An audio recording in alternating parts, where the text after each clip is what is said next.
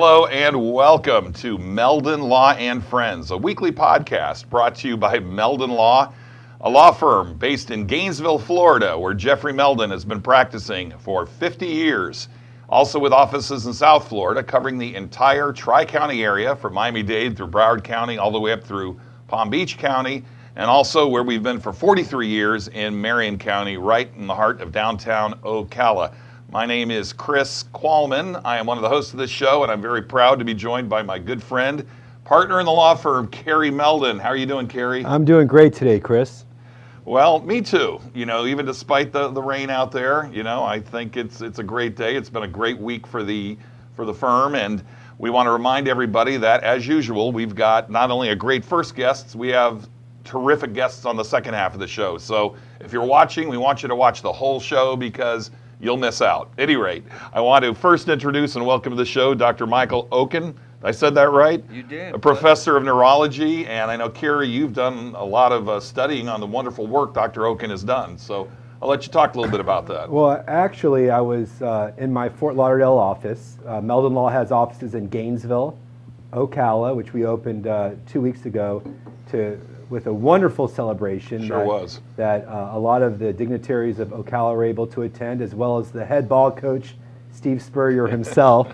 And we also have our office in Fort Lauderdale. And I am stationed down in South Florida, although since January I've been traveling back and forth to Gainesville once a week. So I'm a traveling lawyer. But I get the great opportunity to listen to podcasts and books during that 5-hour drive. And yesterday I was able to listen to an incredible book that was written by Dr. Okun, which I'd like to talk about, as well as his subsequent studies. But I can tell you we have an all-star in our midst today, and this is actually, and I say that sincerely, if you've ever wondered anything about how Parkinson's disease is diagnosed, how it's treated, and some tips on how to manage it, I highly recommend that you look up Dr. Okun, because from what I heard, the advances in Parkinson's disease treatment in the last quarter century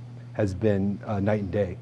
And so without further ado, Dr. Okun, tell us a little bit about yourself. I know that you went to UF undergrad. You had your residency in neurology as well as internal medicine. That's right. And then you spent a couple of years in Emory University in Atlanta as well. That's right. But you're a Gator. That's right. So tell us about how you first came to Gainesville. Sure. Yeah. So, well, you know, I originally came to Gainesville for medical school, and I wanted to be a teacher, so I wanted to be a history teacher. And you know, it turns out that that teaching is important. It's important in medicine too. We take the Hippocratic Oath. You know, doctors really means teacher. And you know, at some point you got to get a job. And so, you know, my dad said, you know, you're a Jewish kid, so you got to be a doctor or a lawyer or an accountant. You know, right. So I thought, you know, what could I do that might help people? Because I like service, I like teaching, I like to help people, and so I decided to go to medical school, became super interested in the brain, although I probably couldn't have told you the difference between a neurologist and a neurosurgeon when I started. But it's been a great journey, and it's been an opportunity to help people both in diagnosing and treating and developing care models and systems all over the world, but also in research. And so we have a large research laboratory that does a lot of work. And tell us how you first got focused in on neurological disorders, specifically Parkinson's disease, because I know that there's a few different neurological disorders that can be confusing for civilians like myself. You know, Lou Gehrig's disease, Parkinson's disease, sometimes people who suffer from strokes. Yeah. And you're one of the, if not the foremost authority on Parkinson's disease, right up there in the world. Well, I appreciate that. I don't know if I can live up to the expectation, but I can tell you that, you know, when we think about the different disorders, you know, Parkinson is one that affects so many people. And, you know, Ray Dorsey and I were writing about this recently for another book, and he was in a men's health group, and he asked this question, and we've all done this before, where if you go into a room and you ask this question, you say, you know, anybody in the room that either, you know, has a relative with Parkinson, has Parkinson themselves, or has a friend with Parkinson, raise your hand. And everybody in the room raises their hand. And this is not a Parkinson meeting. Wow. This was just like a men's health meeting. And so the reach of these diseases, so degenerative diseases, they have the potential to overtake us and overwhelm us. And so people are talking about Medicare, and people are talking about how we're going to pay for health care, how we're going to take care of the next generation. But as people live longer, these diseases become more relevant. And for me, you know, in choosing what I wanted to do, I was always very fascinated with why people move in certain ways. So why you walk in a certain way, if you have a tremor, if you're shaking, if your eyes are, you know, shutting uncontrollably. I always thought to myself, why is that? Even before I wanted to go to medical school, I just thought, why? And so for me as a scientist, it's a question of how the brain works and why we see these things. Why do we get memory loss? Why are we shaking? What is going on in the brain? And so our laboratory has looked at that. And so I've had this great chance to listen to cells in the brain, human cells, animal cells, other things, study circuits, but then also go back and treat people that are affected by the diseases and see if we can do something to actually help, you know, people. And so trying to make that bridge has been kind of how I got into things. I want to remind everybody who's watching this on Facebook Live that we do take live questions. So if you have a question for Dr. Okun, this is an amazing subject on which, like Carrie said, he truly is one of the foremost authorities in the world. By all means, just type your question into the comments section on Facebook Live, and we'll answer it right here on the spot. We already got one question. The question is for the doctor. Tell us more about what you are doing to find a cure for dystonia as well. Yeah, so dystonia, for people that are watching, this is also a disorder of the brain like Parkinson, and it is one where the different islands inside, so if you imagine inside the brain, there are all sorts of different islands, and those islands are having a conversation with each other. And if that conversation is abnormal in one way, you might get tremor and Parkinson. If it's abnormal in another way, you may get dystonia. And you say, well, people know about Parkinson, they have the tremors. Well, what about dystonia? Well, dystonia is when your muscles fight against each other. And so that means that in order for you to make a movement, or maybe you're trying to curl something, you know, in the gym, haven't been there in a while, I must admit, but if you're trying to curl something, you have to contract one muscle, maybe your bicep, and you have to relax your tricep. And that has to happen in sequence. We all take that for granted. When that doesn't happen, right? When it doesn't happen in sequence, you get into all of these abnormal positions, any part of your body, including your voice box. And so we see this disorder. It can be part of Parkinson, but it can also be on its own. And there's a great organization that was founded here, actually in Gainesville, by the Staub family, called Tyler's Hope for a Dystonia We actually had Cure. them on the show a couple of months ago. So this is a great group, and we all know from our association with them, we made Gainesville kind of the capital of dystonia, so people come from all over to be seen, but we have a great research effort that extends beyond this community. So we raise millions of dollars to try to get to the cure for dystonia. So just getting back at that question, what are we doing? Well, we know that there is an abnormality in the DNA. So there's a couple of little bases, GAG. It's not important to remember that, but they just kind of get left out of your genetic sequence. That's what causes a lot of the dystonia. And so we've got a whole bunch of projects to try to attack, you know, what we can do, both from drugs, both from surgeries, and also could we develop something that are going to help these kids and adults to lead better lives. And so it is an exciting initiative. And it's incredible. You know, one of the things about Tyler's Hope that I think I saw in your book, it's a theme, is the theme of hope. I mean, within the first few chapters of your book, I kept hearing the word hope, hope, hope. And I realized, you know, a lot of people, when they hear the word Parkinson's or dystonia, they probably think devastating. I know that that's the overwhelming response to that type of diagnosis. But the book was so uplifting, and there was so many different theories that you're exploring during your research, and not only theoretically but also practically. Do you want to discuss maybe a few things that you're doing with regards to dystonia, and then Sure. how it relates? Well, first, I just want to say that it can be so devastating for people to get a diagnosis. And from the right? family, obviously, Right. as well. So if you hear 4 words, you have Parkinson or you have dystonia, your whole life has changed. And, we spend a lot of time in science, but we often don't think of the people that are actually suffering from the disorders. And so we now try our best to better understand that conversation, because it turns out with Parkinson, as you mentioned at the beginning, there are so many things we can do. And people have thought that when they're diagnosed with Parkinson or with dystonia, that this is the end of the road. And in fact, it could be the beginning of a beautiful road. And in fact, some people that we see, and we see people from all over the world, some people with Parkinson, after they get the diagnosis and they get the right treatment and the right plan, they focus their lives and they lead a better life, right?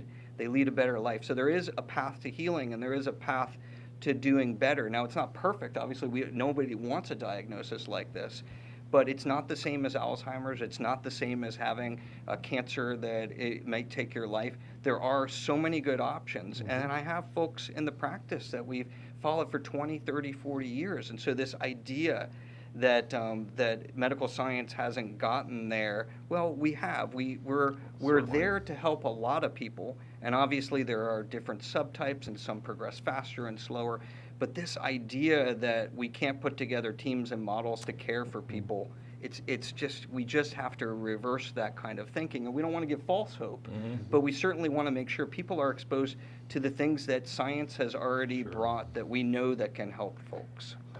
Absolutely. So we have another question. The question is, and we've only got about 2 minutes, so we might want to just start on this one and pick up after the break. But the question from Facebook Live is, can you talk about essential tremors?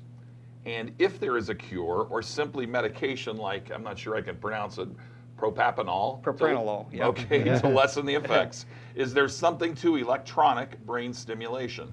Yeah, so thank you for the question. So essential tremor is different than Parkinson. It's a type of tremor that usually gets worse when you intend to do things, like when you reach out for things. So it can become very disabling. Like when I reach out for this glass, you could shake. And so it turns out we do have medicines, but in a lot of folks, the medicines don't work very well, or it progresses over time.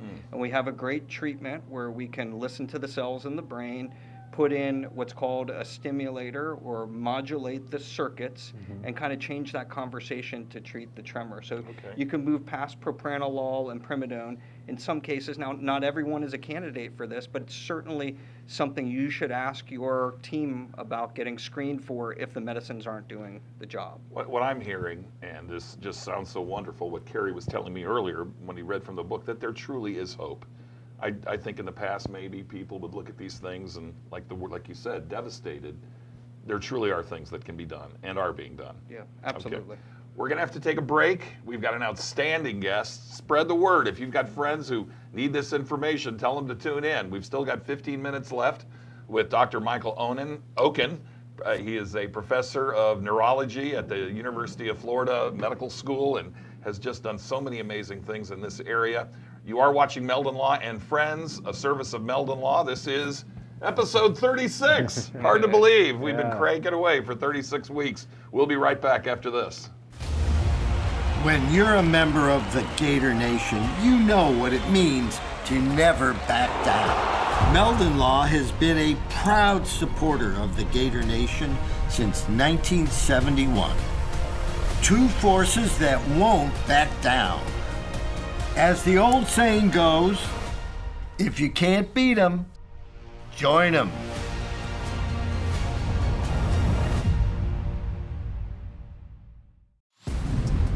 The Gator Nation will be the first to tell you that in all kinds of weather, we all stick together, which is why Meldon Law is honored to be the only official law firm partner of the Florida Gators.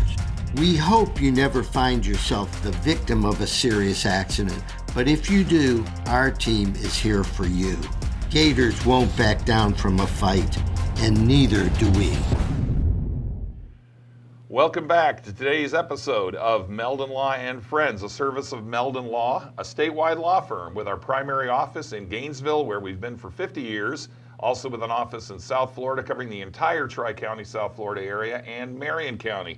Like Harry said, we just christened a brand new office in Ocala. It's at 1326 South Pine, directly across the street from the Big Advent Hospital. By all means, stop by, say hello. We got all sorts of stuff, including great Meldon Law mugs. I also want to give a shout out, Carrie, to all the folks. We had about 350 people show up for a night of pro wrestling this past Saturday at the Boys and Girls Club. I know, some of those guys have TBI issues. Anyway, now this was a very family-oriented event. A lot of people came up and thanked Meldon Law for the wonderful things we're doing in the community. We gave away some bags, had a great time. Fun was had by all. Want to remind everybody, too, very quickly, that if you're watching us on Facebook Live and you have a question for either Dr. Okun or our next guests, who are outstanding in their own right, by all means, please stay tuned for the whole episode and type your questions into Facebook Live. And speaking of our next guest, I'll go ahead and tell you who they are so you'll keep watching. You may remember about 6 months ago, we had Dr. Lizzie Jenkins, the president of the Rosewood Foundation. She's back, and she's got a very good friend with her, Melody, who is Melody Vaughn, who has done amazing things in New York and all down the East Coast. She's very involved with the Rosewood Project, so you'll be hearing from them in about 15 to 20 minutes. Let's get back to Dr. Okun. We have, actually, this is a thank you on a Facebook. Thank you, Dr. Okun, for all you do for Tyler's Hope. Appreciate you and your wonderful team. Will there be a cure for Parkinson's or dystonia anytime soon? Are we getting closer? Yeah, so it's a great question, and one of the things over the years that I've been involved with is as a medical director and medical advisor for the Parkinson's Foundation, and so we have 47 centers all over the world, and so we get to travel around and set up models of care, talk to people about Parkinson.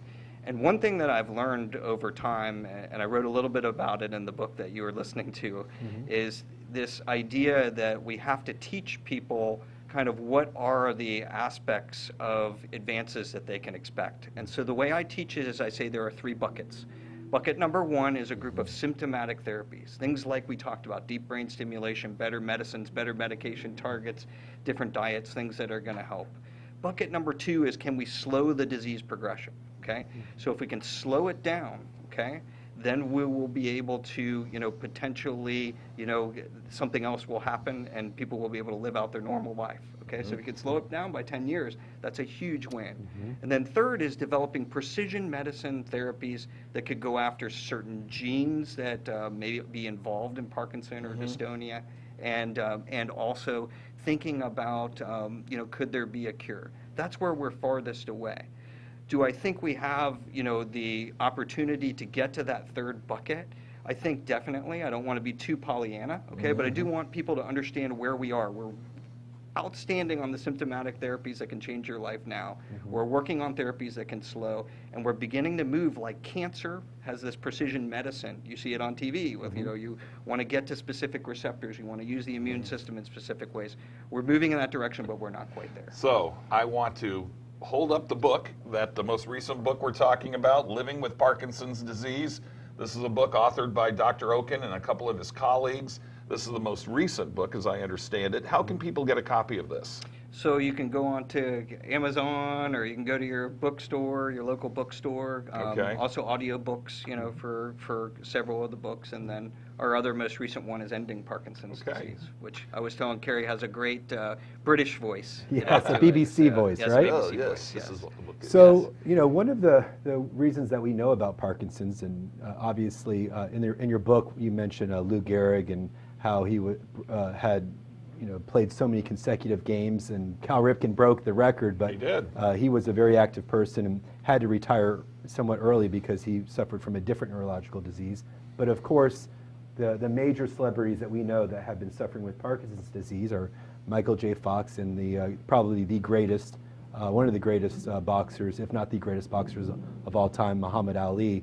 Have you had a chance to have any learn or deal with any of these, Muhammad Ali, for example? Well, we, of course, at the Norman Fixel Institute, we get the chance to see people from all over the world. you know, my wife and I have been friends with the Ali family for many years, and so we've known them very well. And in fact, when we opened our center here, one of the daughters was one of our keynotes here. But when I used to see Muhammad, this is in the public domain, but he was extremely just inspirational, but also goodness, yes. a very funny and entertaining and just brilliant person. But he used to say, when you tell him to do something for his Parkinson, he used to say, "Ain't no joking, Dr. Okun." You know, so he would say, "Ain't no joking, Dr. Okun." I love So- that. I like it. I love that. You know, I think one of the things that he taught us, you know, over time, and even the times, you know, that I interacted with him, is he taught us that you can overcome. You can overcome. And this guy was so good at overcoming. And my wife and I Wasn't used he, to though? live in Atlanta, and you remember the Olympics were in Atlanta.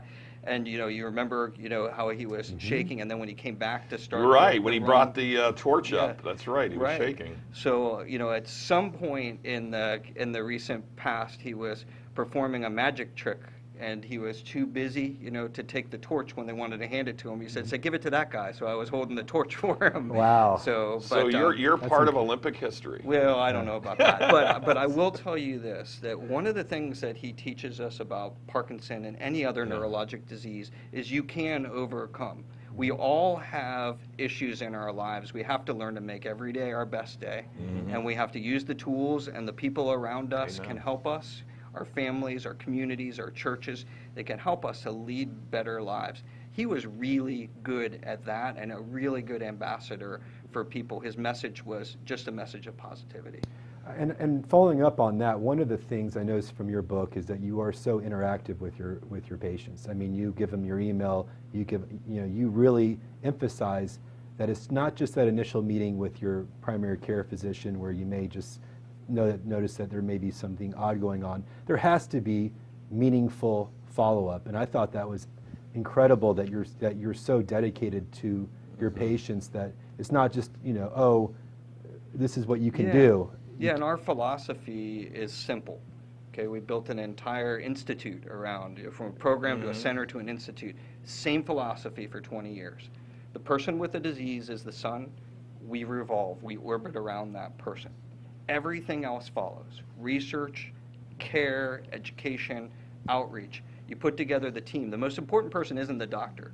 I'm the drug dealer, right? I'm the one that could write the prescriptions, right? The most important person is not me. The most important person is the person with the disease. And then all of us around the person. And when you have the honor of serving, you know, around a group like this, at least the group I've been around my career, and seeing these folks, you realize that it takes a team, it takes a village. And if you take advantage of the village and you create a good plan, and this is a good lesson for life, but certainly a lesson for Parkinson or dystonia, if you create a good plan, put people around you, and people are talking behind your back. In healthcare, that's the best thing you can hope for, when a group of people are actually talking behind your back for your benefit, trying to bounce ideas off, crowdsource solutions, and make sure you get the best possible care. Okay. And in fact, one of the things that you do at the University of Florida through your, and you're the chair of the neurological section, and it's the, I want to make sure I say this right,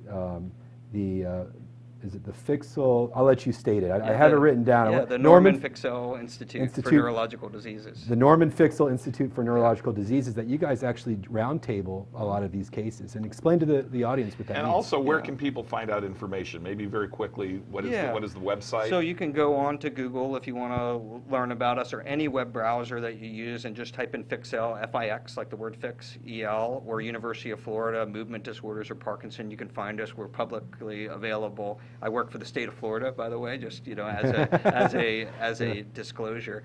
But yes, I mean, the highest level of care you can get in healthcare isn't consultative, and that's the problem with American healthcare. Okay, problem with American healthcare is we're lucky to get a parking spot and see one person like in a day, and nobody talks to each other. If you make it to the next level, it's called multidisciplinary, where you actually maybe see a few different people, maybe not even on the same day, but they might actually send a letter or talk. That's good. The highest level of care is either multidisciplinary or interdisciplinary, when the folks actually all work together They sit around a table, they talk about you behind your back, they talk about you to you, and they're trying to source together, crowdsource together that information so you get the best possible care. That is by far the best way to practice healthcare, and our system is not set Probably up not a bad to do model that. for what we do too. For anything, the military uses that same model, and Yeah. you know, the Joint Chief of Staff, and you know, I know that people out there who have been dealing with, like you said, their family members that have been suffering from some neurological diseases often feel hopeless. Is there any resources living with Parkinson's disease, as well as you know, some other material that you would really urge people out there to take a look at? So I mentioned I've been with the Parkinson Foundation as their medical advisor and director for many years now. And we have a service. It used to be a web-based service called Ask the Doctor, but now we have something better than that. We actually have real people who pick up the phone. You remember that old-fashioned phone? We used to have phones. Real people Yes. pick up the phone and they answer your questions. And we train the nurses. I meet with them every month, and they're awesome. And we answer your questions. And it's 1-800, the number 4, okay, PD info. Okay. 1-800-4PD info. We have a question from Facebook Live. The question is, Dr. Okun, can you talk about collaboration with other universities like Duke and others? Yeah, so there's been great collaborative efforts. So no one person is going to cure a disease. Okay, so if you're thinking that, put it out of your mind. Park your ego at the door. Park your ego at the door. Yeah. That's exactly right. And so, you know, one of the things that's been important is that we do work in teams. And so, for example, with Parkinson's disease, we're supported by Tyler's Hope for Dystonia Cure. We have a grant called the Alignment Grant, and we have top-level researchers, Nicole Kalakos and her team at Duke.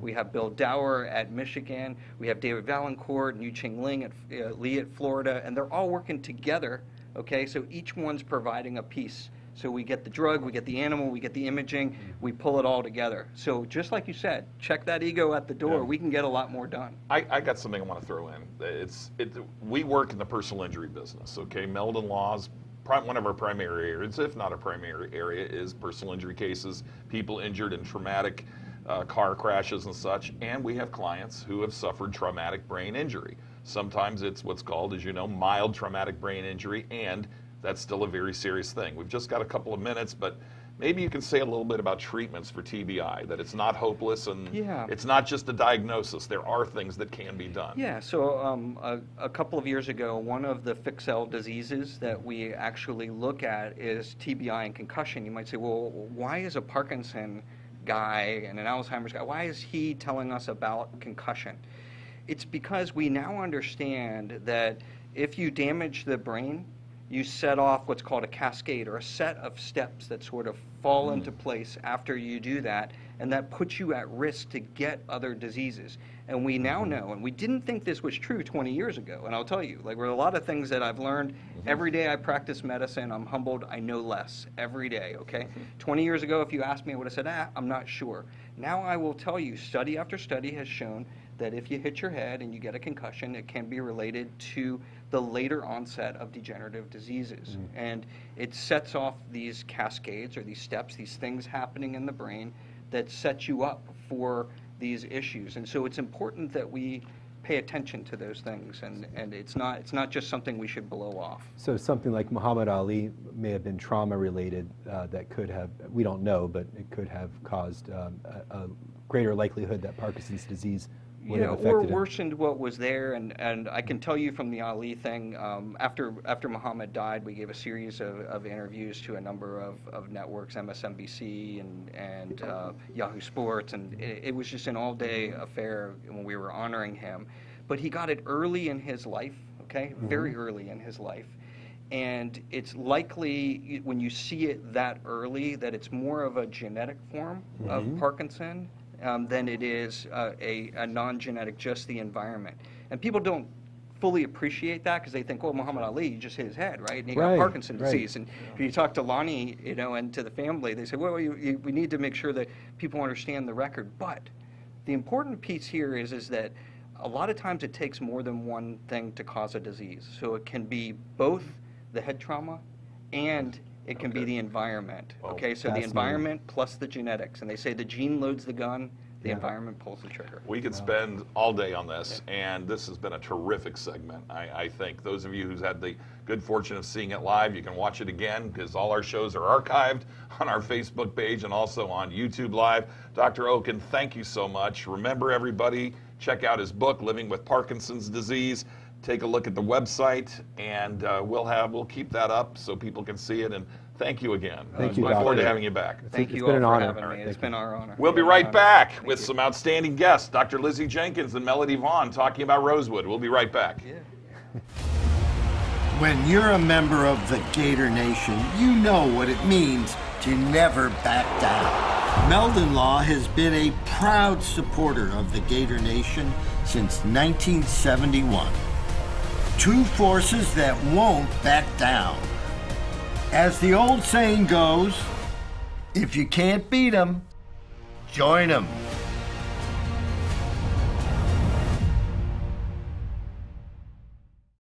Well, I was in a truck accident. Because of the accident, I've resulted in 3 back surgeries. We saw advertisements on TV, and guess who popped up more often than that? It was Jeffrey. The communication that he provided was so appreciative. He shows his compassion as a human.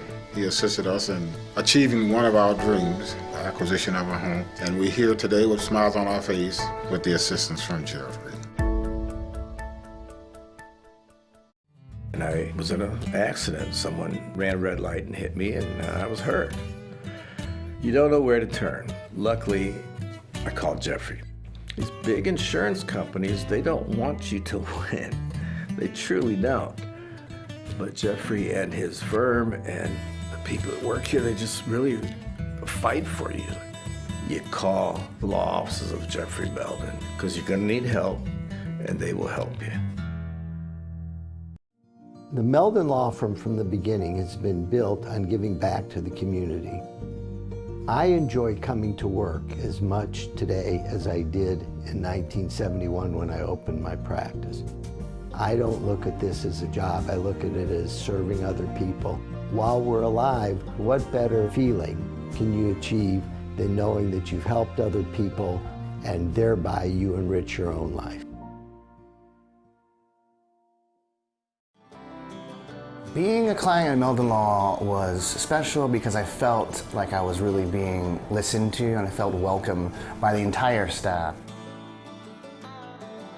If I were in a situation where I needed legal advice and help, I would absolutely reach out to Jeffrey because his reputation alone speaks for itself. But on a personal level, I know that he would take care of me and help me solve those problems, and I would feel safe with him. The Gator Nation will be the first to tell you that in all kinds of weather, we all stick together, which is why Meldon Law is honored to be the only official law firm partner of the Florida Gators. We hope you never find yourself the victim of a serious accident, but if you do, our team is here for you. Gators won't back down from a fight, and neither do we. Hello and welcome back to Meldon Law Friends. Today is Tuesday, June 29th, 2021. Hard to believe we are literally halfway through this year. And this is episode 36. So for those of you who've been watching throughout the entire run of Meldon Law Friends, please know how much we appreciate it. And if you had been watching those early episodes, you saw this wonderful lady to my left, Dr. Lizzie Jenkins. She was one of our first guests, I think, on the second or third show. I can't remember, but it was very early on. So, Lizzie, we are so pleased to have you back. Lizzie is, of course, the president and founder of the Real Rosewood Foundation. And to her left, we're very honored to have Melody Vaughn, who is involved with the Rosewood Project and has done so many things on her own. And welcome to the show, both of you. Thank you. It's an honor, definitely. Why don't we, just to start off, for the benefit of those who may not know much about the Rosewood Massacre, why it is so important to history, state of Florida and elsewhere, but particularly where we are here in North Central Florida. Lizzie, why don't you say a little bit about that? I tell people that I am history. I am Black history. I grew up in a historical home. My mother was my historian. And the reason I am so involved with the Real Rosewood Foundation, and I decided to name it the Real Rosewood Foundation because my information is real. I have researched for 30 years, and I make sure I tell the truth, the whole truth. I do not attack anyone who may have lived in 1923 because Mom said, well, they're not responsible for what happened then. So I tell my story from my research, and I tell it as accurately as I can. And I have done this, as I said, for 30 years. I enjoy doing it, and I feel like history is important. Let's start with where exactly is Rosewood in comparison to where we are right now. Rosewood is approximately 45 miles from Gainesville on State Road 224, 9 miles west. Is it west of Gainesville? That would be west of Gainesville. West of Gainesville, and not 9 miles, 44 miles west of Gainesville and 9 miles east of Cedar Key. Okay. And as you know, Cedar Key is a peninsula, and back during that time, it was one way in. It still is in one way out. So I just want to say that the Sheriff Bob Walker, played a phenomenal role in helping my aunt, who was a Rosewood school teacher, and the other survivors to safety. Because had he not dedicated his time at that time to helping people, they would not have survived. So, for those who may not know the massacre, maybe just a couple of words about what happened. Okay, a privileged woman, a privileged white woman, was having an affair with her white lover. And she was basically tired, or she wanted to call the relationship off. And the young man that she was dating was not ready. Okay, so a fight ensued, and she ended up bruised. And as a result of the fight or the altercation, of course, she cried and lied on my uncle. A black man did it. And you know, that was and still is today the magic word. When, and this is not for all white women, but when women get caught, it's so easy to say a black man. I was attacked, assaulted, the term she used, by a black man. And as a result of that, the mob who was in Gainesville on December, not the mob, the KKK, held not a tournament, a rally downtown Gainesville, December 31st, 1922, and they were still in town. So as a result of what happened in Sumner, her husband, James Taylor, decided to telegraph the law in Gainesville, okay, and invited the KKK to Sumner to participate. And as the newspaper said back then in 1923, approximately 300 to 500, and there have been other numbers that came to Sumner and participated in the Rosewood riot. And what happened after that? What happened after the riot? Well, what they burned the town down. They burned the town down. They burned the town down, and as a result of that, it is my passion to make sure we do not forget what happened. So, as I speak, we are in the process of purchasing the John Wright House because we would like to relocate that house to Archer, keep history alive. And we need your help. And if you want to donate, go to We urge you to do it. rosewoodflorida.com and become a part of Rosewood history. It's our history. And to the credit of many politicians from across the aisle, this wasn't a Republican, Democrat thing, it was everybody. Back in the mid-90s, there was a thing where the Florida legislature approved a substantial amount of reparations to the families of Rosewood survivors. A major motion picture was made. John Singleton, the famous African-American director, producer, made this movie. It was shot on location and involved a lot of locals. My old law firm was actually involved with it a little bit. It was quite an event. It was quite an event, holiday night. And when you say politicians, and I want people to understand when I talk about politicians, it doesn't matter if you are a Republican or a Democrat. Democratic, what's his name, the governor? Jeb Bush. Nope, Name's before it? then. Governor back then? Lawton Child. Lawton Lawton Childs, Childs, yeah, yeah. in the 90s. Signed the bill, 591 Rosewood bill. However, 10 years to the date, I brought Governor Jeb Bush to Rosewood, and he dedicated the historical marker. And when I say I brought, I initiated it. And politician, Senator Nelson, what's his name? Bill Nelson. Bill Nelson, Yep. and that's age. And You're doing pretty good. You're doing wonderfully. I don't think. She's a rock star. Trust me. and Congressman Ted Yoho, and when I speak of Congressman Ted Yoho, don't look at me and say he's a Republican. It has nothing to do with the party affiliation. It's about history. Okay, and he was the first one, May 25th, 2018, he went on C-SPAN. He talked about Rosewood and Lizzie Jenkins for 4 minutes. Wow. Since that time, he has gotten me involved with the Library of Congress. He brought Absolutely. in Steve Hanley. I love it. You know Steve Hanley? Hanlon. Attorney with Hanlon, He's with Holland and Knight. Holland and Knight. Right.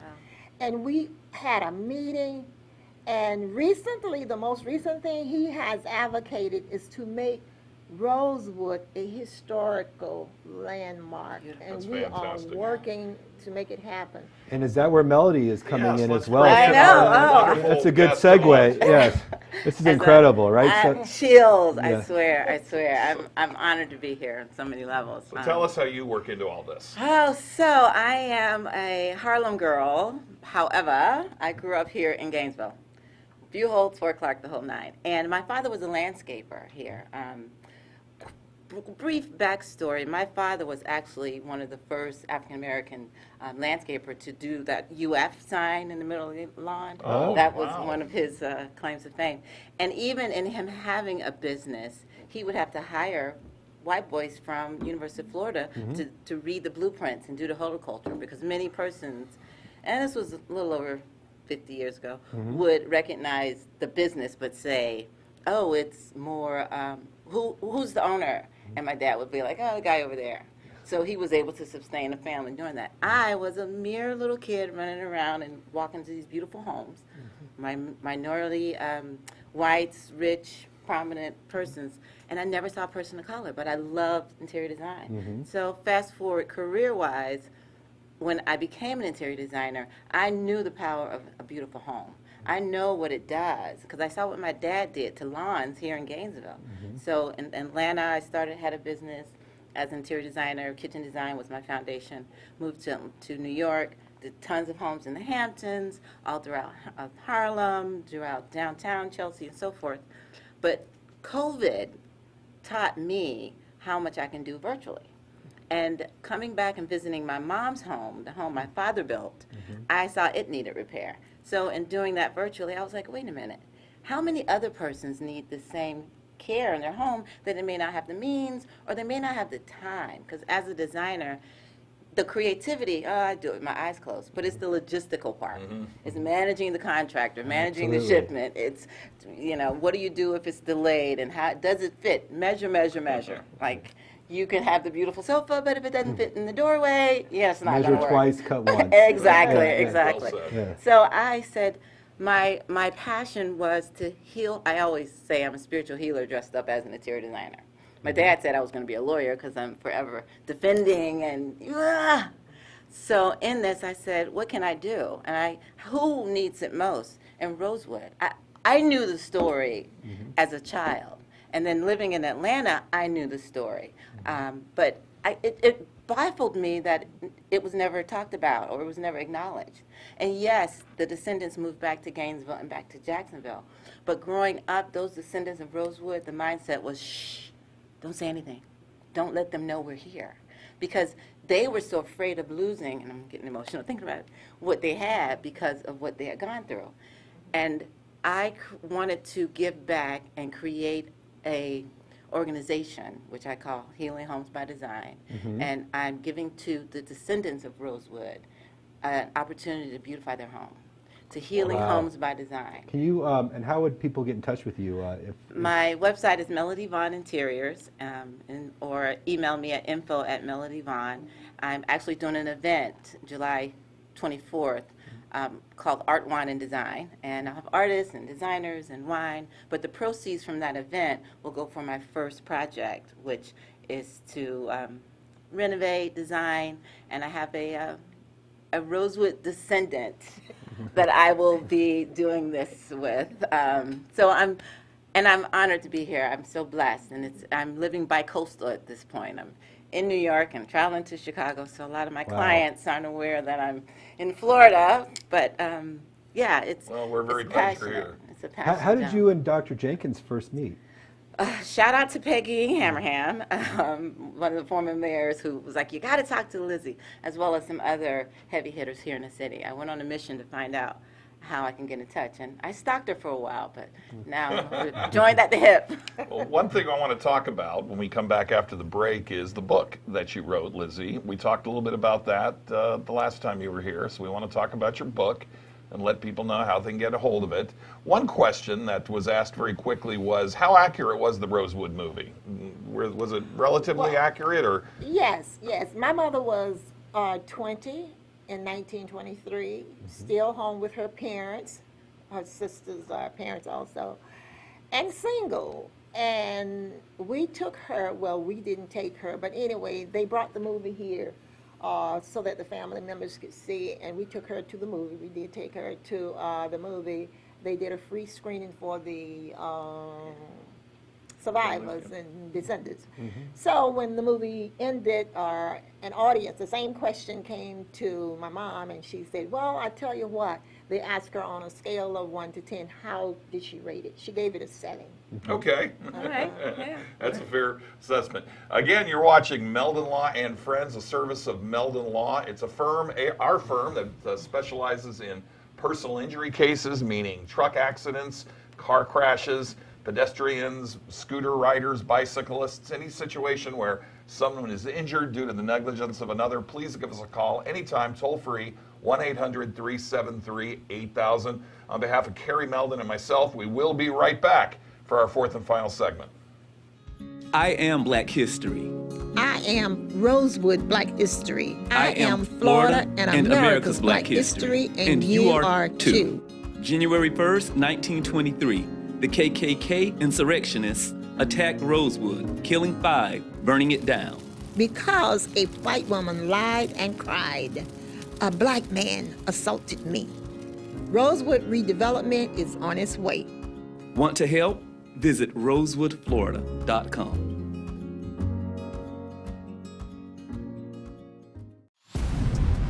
The Gator Nation will be the first to tell you that in all kinds of weather, we all stick together, which is why Meldon Law is honored to be the only official law firm partner of the Florida Gators. We hope you never find yourself the victim of a serious accident, but if you do, our team is here for you. Gators won't back down from a fight, and neither do we. Hello and welcome back to Meldon Law and Friends. Today is Tuesday, June 29th, 2021. For those of you watching live on Facebook Live, we thank you so much. And if you have any questions for our guests, which include Dr. Lizzie Jenkins, president of the Real Rosewood Foundation, Melody Vaughn, just a person who's done so many wonderful things, who's now involved with the Rosewood Foundation project, by all means, type them in the comment section on the Meldon Law Facebook Live page, and we'll do our best to get them answered. You know, Carrie, one thing I want to address, I neglected to mention, people are probably wondering, where's Jeffrey? And Jeffrey is on a very well-deserved vacation, although like you and I talked about, I don't think Jeffrey ever really goes on vacation, but he and his beautiful bride, Patricia, are in Colorado. He is in Colorado, and my sister and her family is going to be joining them fantastic. on Wednesday. So the whole family will be there. I'll be here in Gainesville holding down the fort as well as the other offices. Doing a darn good job of it at that. Well, thank you, Chris. We're doing the best we can. But now we have great technology, so we can We'll have a Zoom call. We can have Zoom calls with them, just like you were saying. You could do things from all over, so you never really get away. Exactly, you're always working. One other thing I want to bring up too is while we've been talking for several months now about the fact that the Meldon Law is the official law firm partner of the Florida Gators, we are also the official law firm partner of the Gainesville-Alachua County community, and it is with that thought in mind that we have wonderful guests such as those to our left, and frankly, Dr. Okun, for that matter, with the wonderful work he's doing on dystonia, Parkinson's, and so many other things. So let's get back to it. I know you've got a book there in front of you. Yeah, look, this is an incredible book. It's called Alachua County, Florida Black American Series, and I don't know if we can see it from here, but it was written by Dr. Jenkins, and it talks about well, let me ask you, Dr. Jenkins, tell me a little bit about your book. What are you going to find in here? You're going to find Black history in Alachua County. I was contacted back in 2003 by Arcadia Publishing Company because they wanted someone to research and put together Black history. And I have so much Black history. And when I tell you so much, I have a lot of Black history. My mom was a historian, as I said. And growing up, I saw all of this, what I thought to be junk. And I told her one day, I'm going to put that in the trash. And these are the words she said, and I'm going to whip your ass if you do it. Okay. She was serious. So this is part of my non-whipping. And when I did this book, I pulled basically the information from her collection. Okay, and everything that, if a picture does not describe it, then, or history, okay. And I have been collecting history. I fell in love with history, and I am glad that I am working on my next book for Rosewood, which is going to hopefully be ready by this, the fall of this year. Well, that's a scoop. Yeah, that is a We've scoop. got a new book coming out. We have a new book coming out. This one is How can old. people find your book if they want to get a copy of it? Amazon, eBay, or the public libraries here, or Arcadia. We need to get it on Audible, because I drive a lot. I want to listen to the book before we have you on next time, because I love history myself. I was a history major, and for me, the history is important not only because it preserves memories and what makes us human, but it also allows us to predict what may happen in the future and hopefully avoid those injustices. Exactly. So we have a question. How do we go about being a sponsor for the Real Rosewood Foundation? And are you in need of donations? Well, I think we can say yes to number 2. So let's go back to number 1. How does someone donate and become a sponsor? As I said before, go to my Rosewood website. It's rosewoodflorida.com. And once you open it up, the first word on that website is donate. Love it. rosewoodflorida.com. There you go. All right, that's pretty straightforward. So every one of you, check out that website and click that donate button. I can't think of an organization that's more deserving. Let's get back to tell us about this book that you're starting, the new book. It's a book that starts from before Rosewood, during Rosewood, and after Rosewood. Okay. Wow. See, my understanding is Rosewood was a prosperous community. It was doing very well. You know, African American families and businesses were prospering. Perhaps the proximity you mentioned to Crystal River. Explain a little bit about that, about what the community was like before the massacre. The community was like before the massacre. During my research, it was a town where, believe it or not, everybody worked and everybody got along, black and white. So the cohesion was there.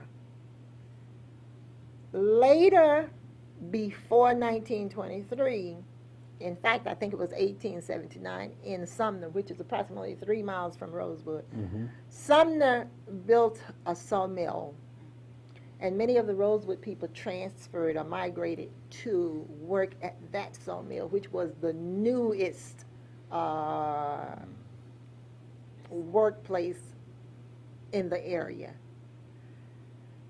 And the reason I'm hesitating about the prosperity of Rosewood, there were, the economy consisted of timber, turpentine, hunting, the pencil mill, what else was there?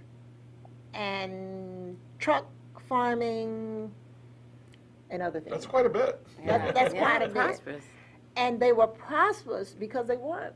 And they wanted, like you said, they wanted houses, okay? And they wanted to do well. So they teamed together. They worked together. And when I said it was just I mean, I know there probably was, I wouldn't like to think there were racism. However, if it was, they knew how to respect each other, which is most important, respecting and working together. If you need to borrow mine, you did. Okay, and they got along. And the fact that everyone lost their home. Everyone lost and their everyone home. had to come back and rebuild their home. That's where I fell in love with, what are the descendants doing now? What are they doing with their homes? And how are they living? And the ones that need help to make their homes beautiful. And that's where I said, that's where I want to start. Healing Homes by Design. As an interior designer and seeing all this beauty, I want to give back. And And she was glad that you were glad to, she reached out to me, she said, for approximately a year. When did I see it? A couple of, I think I saw your email or your phone number a couple of 3 weeks ago, and I called it. And the minute I called, I didn't have to tell her who I was. She said, "Oh my God." That's incredible. She said, "Oh my God, you are the person that I need to." And okay, so the rest is history. And it's one of the things that has been in the news recently was the Tulsa massacre, which obviously is a huge scar on our nation's history.